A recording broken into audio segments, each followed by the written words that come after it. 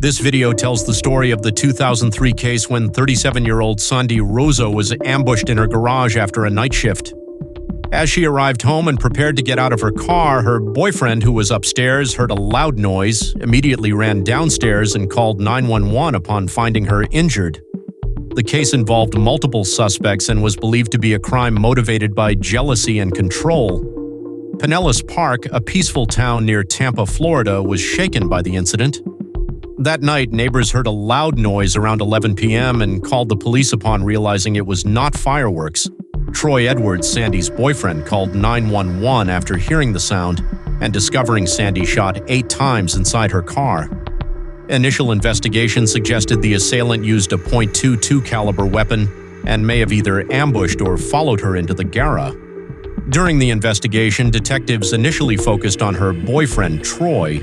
However, despite some suspicious actions, such as locking the door when he left the house, Troy cooperated and provided evidence of his schedule. In his interview, Troy described his feelings for Sandy and revealed that she had once warned him of a potential threat from her ex-boyfriend, Tracy Humphrey, though police found no records of him. As the investigation progressed, detectives also looked into Sandy's relationship with Jesse, the father of her daughter. In Alabama, Jesse claimed no involvement and stated he was home with his family on the night of the crime. To verify Jesse's statement, investigators collected DNA samples, fingerprints, and phone records, confirming he was not in Florida at the time of the crime. Once Jesse was cleared of suspicion, detectives shifted their focus to the Green Iguana bar where Sandy had worked that night. The Green Iguana was a popular bar where Sandy often socialized with regular patrons. Her colleagues were all shocked by her death, and none reported anything unusual that night.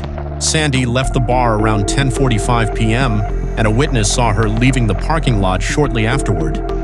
Detectives retraced Sandy's journey home, which took about 25 minutes, indicating she likely arrived home around 11:10 p.m. When they looked into Sandy's personal life, they discovered that, while Troy described their relationship as stable, Sandy sometimes felt more like a roommate than a girlfriend and might have been considering a breakup. This led detectives to refocus on Troy when they discovered that his story didn't match with statements from Sandy's co-workers, who mentioned she planned to discuss wanting to date other people with Troy.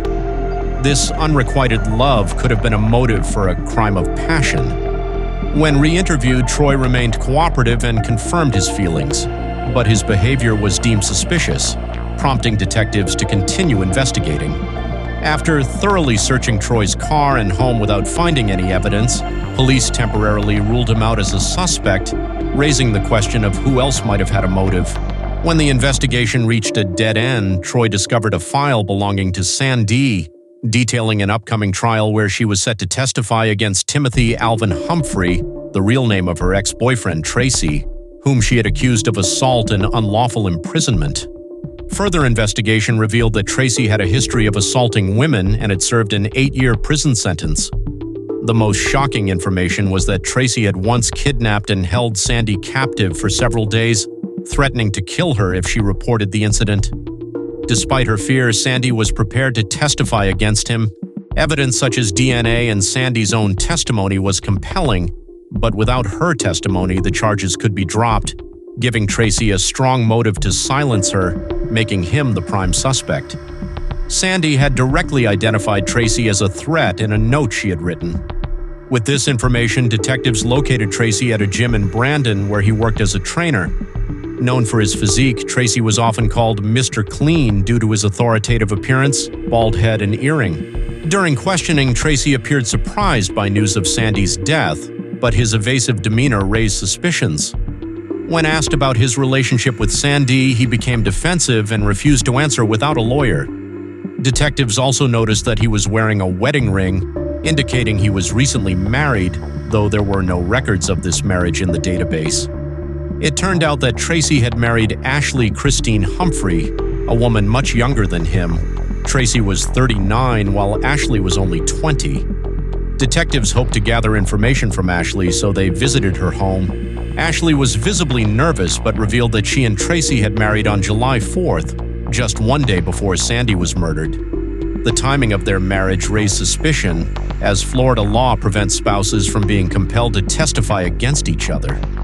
Ashley stated that on the night of the crime, she and Tracy were at home watching a movie and eating pizza around 11 p.m., and their friend Toby White had also visited. However, the conversation took a turn when she received a call from Tracy's lawyer, who instructed her to remain silent. Tracy later returned home and forbade Ashley from answering further, deepening suspicions of a conspiracy. Though Ashley remained silent, detectives found a lead in the alibi involving a pizza order placed at 10:49 p.m. on July 5th. The delivery driver recalled the large, bald man who tipped generously for a $12 order.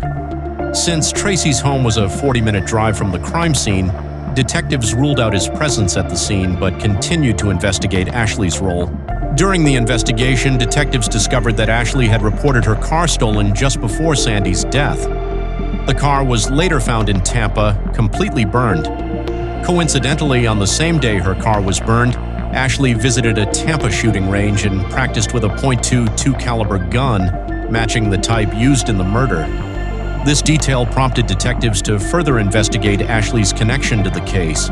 Her stepfather disclosed that he had once lent her a .22 caliber gun for target practice, which she had not returned. When detectives spoke to Ashley's mother, she revealed that Ashley had mentioned Sandy being shot 8 times, a detail known only to police and the shooter. Evidence increasingly pointed to Ashley as the prime suspect. Phone records revealed that while Tracy was at home, Ashley's phone had been active near the Green Iguana around 4:30 p.m. and near Sandy's residence at 10:45 p.m. This corroborated Tracy's alibi but contradicted Ashley's statement that she had been home all night, further implicating her in the crime. To gather additional evidence, detectives turned their attention to Toby White, who had reportedly visited Tracy and Ashley's home the night Sandy was murdered. Initially, Toby corroborated Tracy's story, stating that Ashley had been at his home from 9:30 p.m. to midnight and mentioned the pizza order. However, phone records revealed that Toby was not actually present at the location. When confronted and faced with potential perjury charges, Toby admitted she had not been with Tracy or Ashley that night and had provided a false alibi at Tracy's request. Eventually, Toby retracted her initial statement. On December 18, 2003, Ashley Humphrey was arrested for first-degree murder related to Sandy Rozzo's death. Tracy Humphrey, a convicted felon prohibited from possessing firearms, was also detained to prevent him from influencing Ashley. Although detectives hoped that isolating her from Tracy would lead Ashley to open up, she initially remained silent due to Tracy's abusive hold over her.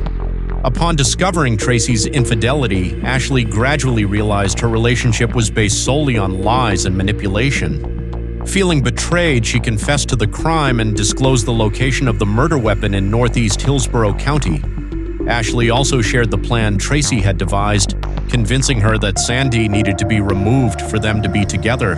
Ashley admitted to a previous attempt on Sandy's life weeks before the murder, during which she only hit the car mirror. She and Tracy later burned the car to destroy evidence. With mounting evidence against Tracy, investigators confidently charged him with murder. Under Tracy's manipulation, Ashley carried out the plan to eliminate Sandy. Tracy was the mastermind behind everything.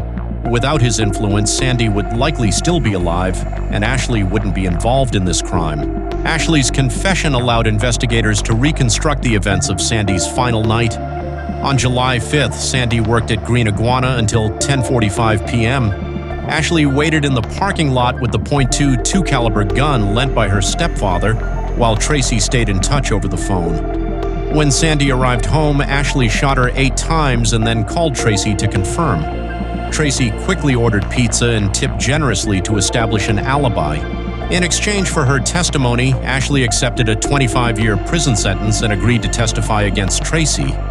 Many felt that this sentence was too lenient, arguing that life imprisonment would be more just. On March 10, 2006, Ashley was sentenced to 25 years. 14 years later, she revealed on Killer Women that she had in fact planned Sandy's murder herself, contrary to her previous statements. Ashley is currently serving her sentence at Gadsden Correctional Institution and is expected to be released on December 13, 2028.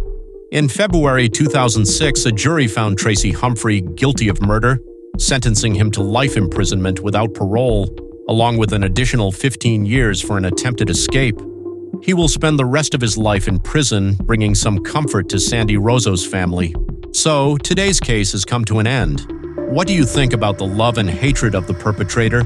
Feel free to share your thoughts in the comment section below so we can discuss together. And before you go, don't forget to leave a like, subscribe, and turn on the notification bell to stay updated on more exciting cases. For now, goodbye, and see you in the next cases.